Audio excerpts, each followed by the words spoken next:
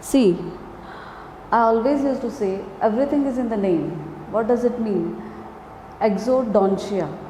Exo is the removal and dontia is the tooth. So removal of the tooth is exodontia. Now this procedure is very crucial. Why? Because dental surgeon has to face lots of problems, such as he has to counteract with the anatomical structures such as movement of the tongue, cheek, lips, and again the collection of the saliva. Next thing is the access is very limited, so he has to do the surgical procedure in the limited area. Again, the oral cavity is communicated with multiple apparatus such as esophagus, pharynx, and larynx. So after extraction, this extracted tooth can be aspirate or degluted. So while doing this procedure, the dental surgeon should be very cautious. Next thing, to do the surgical procedures uneventfully, one more point is very important, that is cooperation of the patient. What does it mean? Patient should be cooperated. Why? How? And again, multiple factors are related for that. That means when the patients are coming to the dental clinic or the hospital for the extraction, he is scared. Why?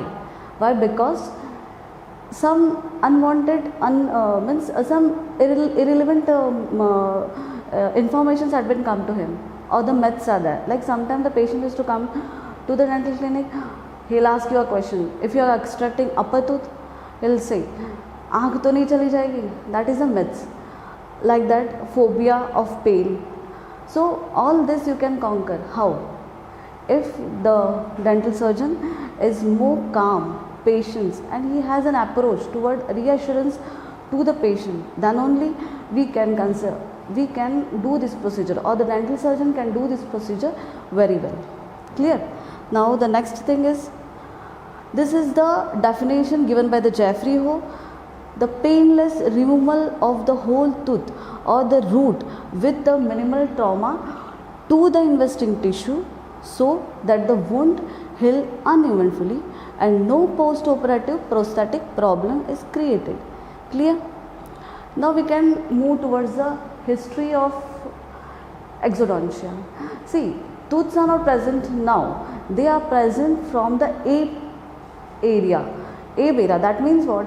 When the hunters and gatherers were present, that time also the tooths are present. Decays are also there, but the frequency of the decay was less. Why? Because these peoples are roaming in the jungles to collect the animals and they eat that. So the roughness was there in the diet. Later on, when the hunters and gatherers are converted into agrarians, that means what?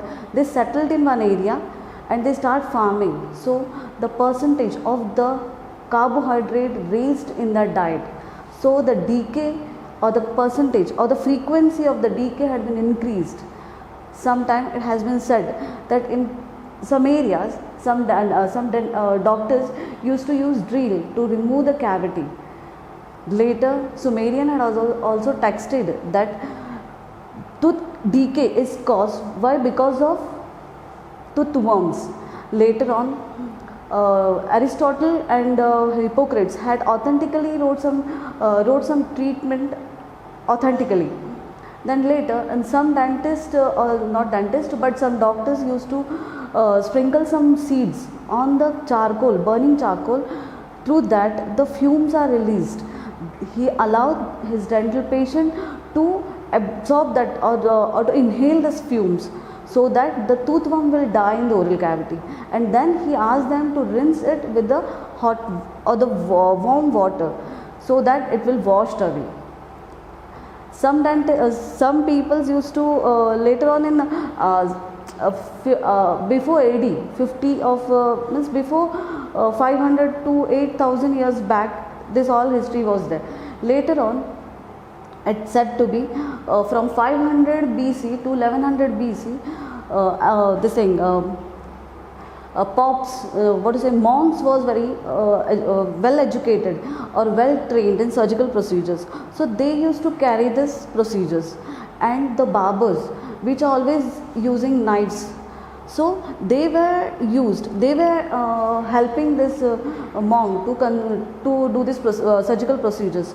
But in 2000 sorry in 11,000 in 11,063 or something, Pope had stopped the surgical procedures by the monks. Then this had been, the field was open to the barbers. Then what happened? These barbers had divided the society into two groups. One which will go for surgical procedures and one will continue their profession. So if the tooth is mobile, they tie the thread around the tooth and they pull the tooth will come out easily. But in case if the tooth is not mobile or it is firm, it won't come at like that. So they will undergo a very complicated or very difficult methods or procedures to extract the tooth. In such cases, they can also fracture the jaw. See, in this case, we can see they had fractured the jaw. They want to remove their tooth, but they had fractured the jaw. In such very complicated problems was there while extracting the tooth. Later on, after in 1700s, the actual dental equipment had come into existence. That is said to be the dental pelican. That appears to be like beak of the pelican. Hence, it is said to be the pelican. Then, what happened? This pelican is also have some. This pelican is also have some problematic, some problems, complications while using. So that's why it has been replaced by.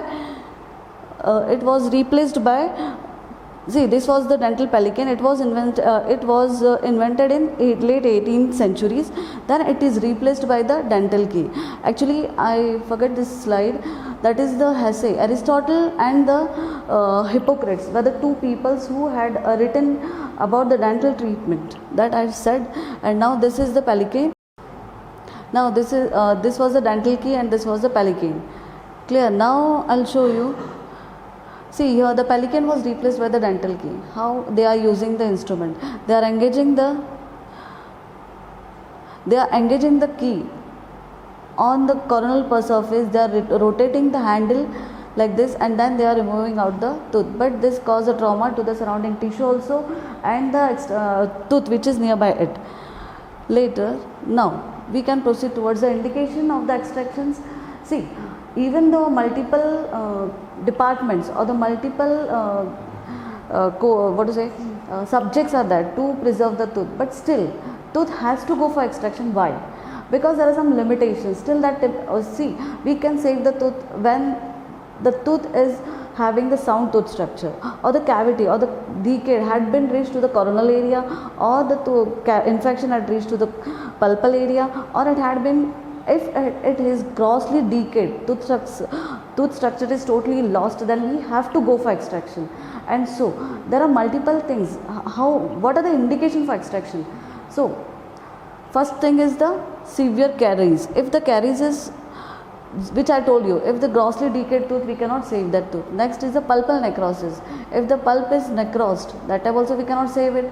Then is the severe periodontitis. Severe periodontitis. In this case, what happened? The bone loss is too much, so the tooth cannot be stay in that area. So he has to remove. In case of the orthodontic treatment, in this what happened?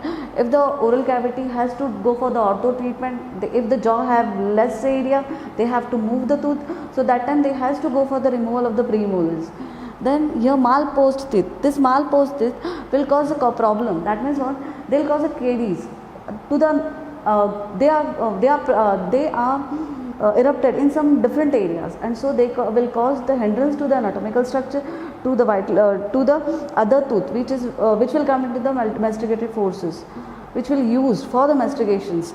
So that's why it has to be removed. Then this is the cracked tooth. This is one cracked tooth syndrome, in which the tooths are having cracks. It will cause a sensitivity. Some multiple problems are causing in this area. Then this pre-prosthetic extraction. This is the things when the patients are going for the prosthesis. Before going to the prosthesis, they has to go for extraction. That means what? See, if the patient's oral cavity is having one or two tooth or the root stumps, but we cannot give the prosthesis along with the tooth. So that's why we have to go for extraction. So that means pre-prosthetic means before going for prosthesis we have to go for extraction. Next is, now impacted tooth. In this case what happened, the tooth is impacted, this is not this tooth is impacted, that means it is failed to come in the oral cavity, it is submerged in the, either it is submerged because of the soft tissue or the hard tissue, so it will cause problem to the tooth which is next to it. So because this actually this tooth is not coming for help, it is not helping for any mastications, that's why it has to be removed, because it is also causing the infection. So in this case we have to go for extraction. Then supernumerary teeth, that means this tooth, supernumerary teeth, in this what happened, supernumerary teeth also means extra tooth is present, which is also cause problem. Then is the associated pathology. If the patient is having pathology below that tooth, then it has to go for extraction. If you place that tooth like that only, it will for an example, cystic lesion is present below the tooth, you have to go for extraction. If alveolar abscess is present, you have to go for extraction, neither it will cause the space infection. Next is the pre-radiation therapy. When the patient is going for radiation therapy, we have to extract the etiology, what to say, source of infection. That means any cavity or any decay present in the oral cavity has to be removed before the patient is going for irradiation. Then teeth in the line of fracture. For example, if the patient is underwent for suffered trauma, in that case if the jaw fracture is there or the angle fracture is there, and in that fracture line if the tooth is present, then it has to be extracted. Next is the aesthetic. For the aesthetic purpose also and for the economic purpose also, the patient has to go for that, for extraction. Thank you.